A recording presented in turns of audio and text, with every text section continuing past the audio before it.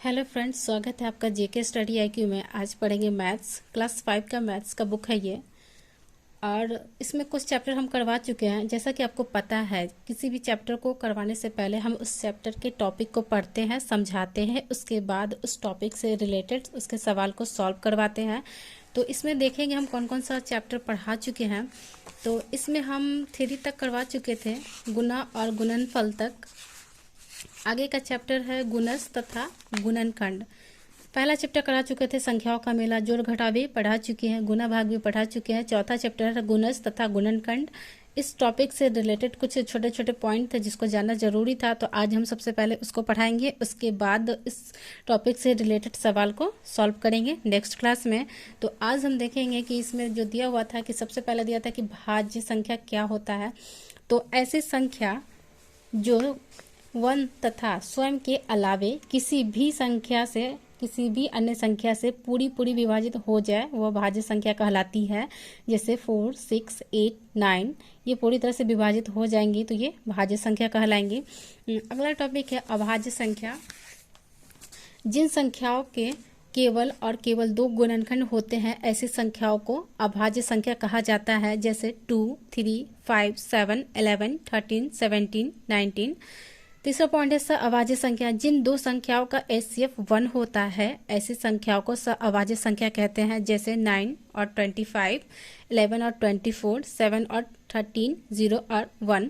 अब इसमें देखिए, जब हम निकालते हैं एलसीएम या एचसीएफ निकालते हैं, तो उसमें कम से कम 2 अंक कटना चाहिए किसी भी संख्या से, तभी हम उसका एलसीएम या एचसीएफ निकाल पाते हैं। तो यहाँ ये 9 है और ये 25 है, तो ये ना तो 3 से कटेगा ना 5 से कटेगा।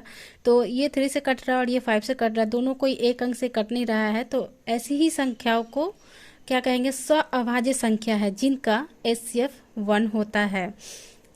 उसके बाद इसमें है छोटा सा नोट्स है, 0 तथा 1 ना तो अभाज्य है और ना ही अभाज्य संख्या है। अगला टॉपिक है गुणज।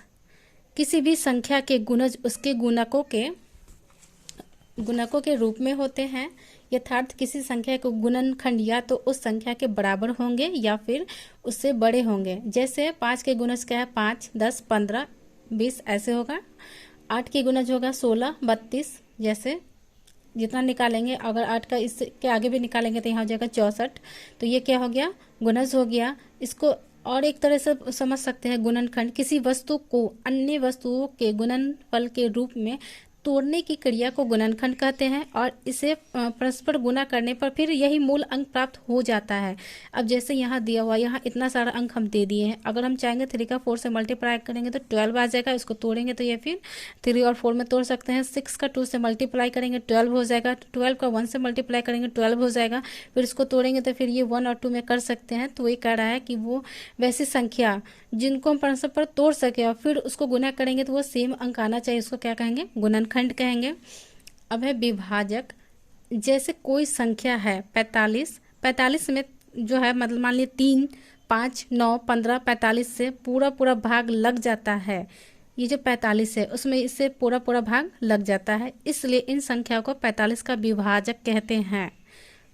ये 45 संख्या दिया हुआ है, इसमें अगर 3 से हम भाग देंगे तो ये 45 कट जाएगा, 5 से, 9 से, 15 से और 45 से ही स्वयं कट जाएगा। तो ये क्या हो गया? 45 का विभाजक हो गया, जिसे अपवर्तक भी कहा जाता है।